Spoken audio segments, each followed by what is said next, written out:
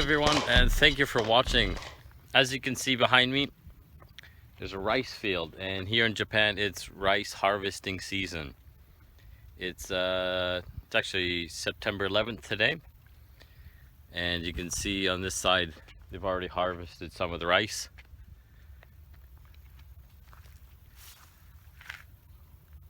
And you'll see a lot of mini combines out. They're really kind of cute, I guess you could say. It's like a little farm hobby tractor. You'll see these little combines here and there. They're really expensive too, and usually farmers here don't share them. I wish there's one around that I could show you, but they're about the same size as my car.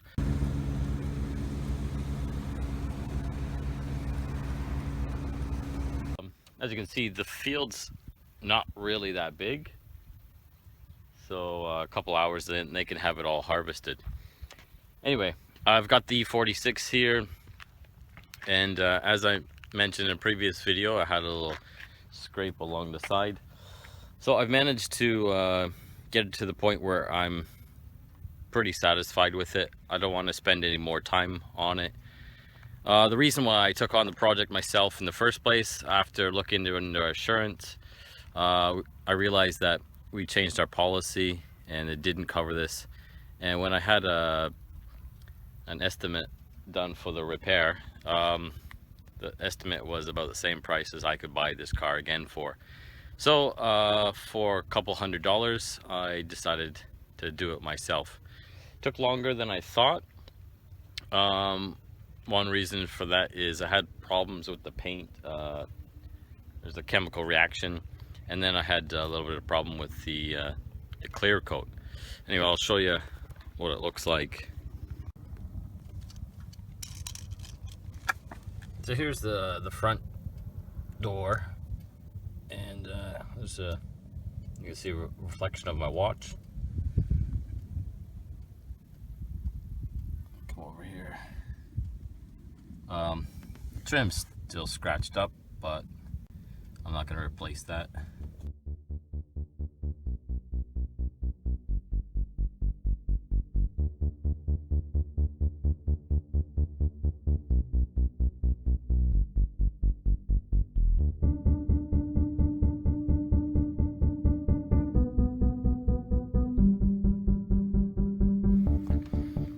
So there it is. Anyway, there it is. Anyway, I'm not going to explain how to do it. I'm not a professional, and the only thing I'm going to say is if you don't have patience, I wouldn't really attempt to do something like this on your own.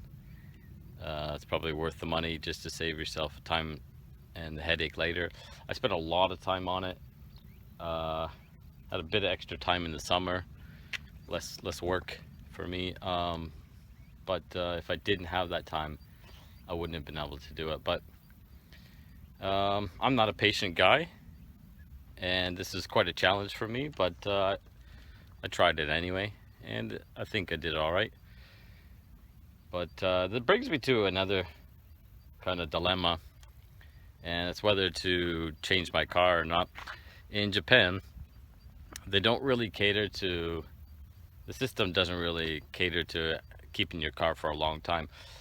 Basically everything points to upgrading your car. They don't want people to keep cars I think more than 10 years. The average person keeps it for less than 5 years.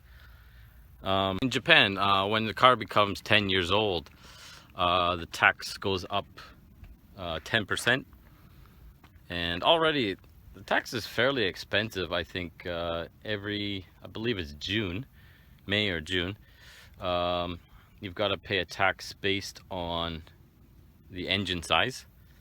So the bigger the engine, the more you got to pay. And then every 2 years you have to have a safety inspection on the car, and at that time you have to pay a tax based on the weight. So again, the bigger the car, the more you have to pay. When you go to have the inspection done, if you do it at a dealer or a shop, they always tell you like a million things you have to get done. And in my experience, I've questioned why those things need to be changed, and they only told me it's just because it's old. They didn't tell me like it's broken or anything like that. Even brake pads, you ask them how many millimeters are left on the brake pads. They didn't check, but they want you to change them. Yeah, things like that don't really make sense to me. I guess the less you know, the more you pay, maybe.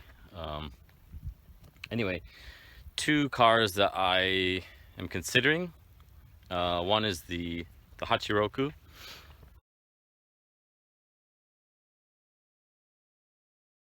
The other one was 135i.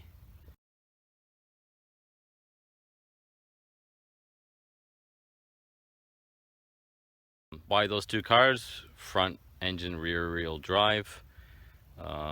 Everybody loves a car like that. The Hachiroku's kind of light with decent design. I like the design. And the 135i, why that car? The 2 Series is now out, so I see a lot of them at the auctions, and they're really reasonable. Almost so much that really I'm not sure I could pass one up. Anyway, the 135i, if you get the older one, it's got the twin turbo 3-liter 6-cylinder, and it's about 300 horsepower. If you get the newer one, it's got a single turbo, but it's a twin scroll turbo, so it spools up a little quicker, reducing lag, and it's also a 3-liter 6-cylinder, and I think it's around 300 horsepower as well. Anyway, I like the design of the 135i. Why? Because it's very similar to the E46. Size-wise, it's about this much shorter than my E46, so 10 centimeters or so, which is good in Japan. The newer 3 Series got fat, so it's very difficult to park something like that. My parking space at my house is not that big, so in a sense, I don't want to get a K car. I don't want to get a compact car, but something about this size I think would be really good for what I need. And yeah,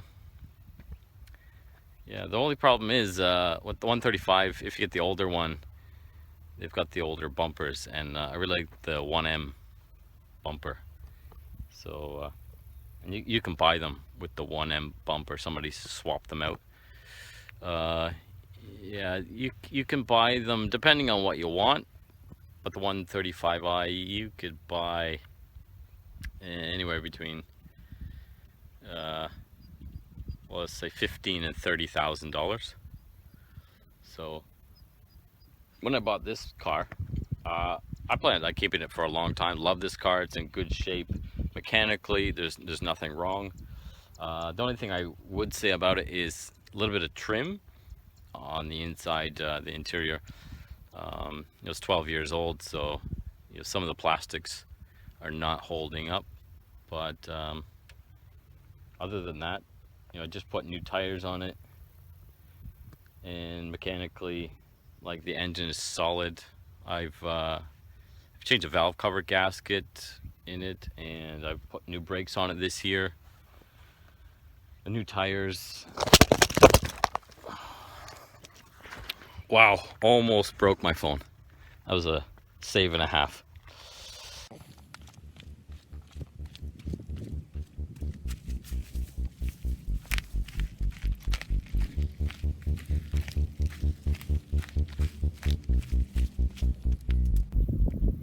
Anyway, so there you go. There's my dilemma. I'll keep you posted.